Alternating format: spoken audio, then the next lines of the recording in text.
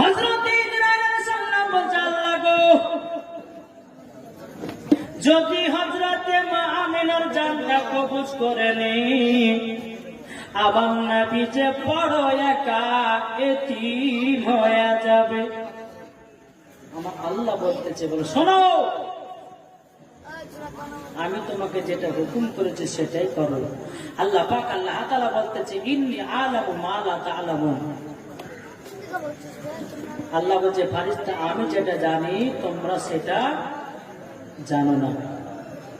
জি বাবাজি, মুসলমান ভাইয়েরাও, এ সোনা মানিকেরাও, ও বাবার মা কালো, শুনে যান মানাতের বালাই মা জানেরা।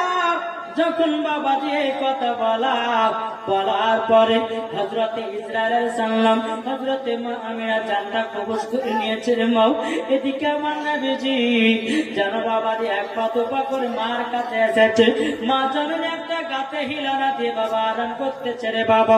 আমার নবী মুস্তাফা সাহেবে লাউলাক সাল্লাল্লাহু তাআলা আলাইহি ওয়াসাল্লাম তিনার মা চেহারা দিকে বাবা টুকটুক করে তাকাচ্ছেন। আমার নবীজি বলতেছে, বলো গো আমার উম্মতেরা, তোমরা যদি সকাল বেলাতে মার চেহারা দিকে যদি তাকাও, একটা মকবুল হজের নেকি পাওয়া যায়। জোরে বলুন না সুবহানাল্লাহ। বেলাতে মা চেহারা দেখা না রে বাবা, যেমনই ঘুম ভেঙেছে ফেসবুক খুলে দিয়েছে, যেমন ঘুম ভেঙেছে বাবা হোয়াটসঅ্যাপ খুলেছে, যেমন আপনার ঘুম ভেঙেছে মেসেঞ্জার খুলেছে, কিন্তু মা বাপের চেহারা দেখার টাইম নাই। আছে এখনকার ছেলেরা বাবাজি সকালবেলা উঠে ফ্রি ফায়ার পাবজি খেলতে লেগেছে। সকালবেলা উঠে বাবাজি হোয়াটসঅ্যাপ, ফেসবুক, মেসেঞ্জার, আরো কত কি আছে বাবাজি, তারা ওটা খেলে। কিন্তু বাবা বেরাদুল ইসলাম, সকালবেলা উঠে যদি আপনি ভালো নজরে মায়ের চেহারার দিকে তাকান, একটা মকবুল হজের সব পাওয়া যাবে, নেকি পাওয়া যাবে। জোরে বলেন সুবহানাল্লাহ। আচ্ছা বলুন তো, কোনো ভাই বলেন যে আমি মায়ের দিকে চেহারা দিকে তাকিয়েছি, কে আছেন? এদের মন মিশাবে যে আমি মায়ের দিকে তাকাই। সুবহানাল্লাহ সুবহানাল্লাহ।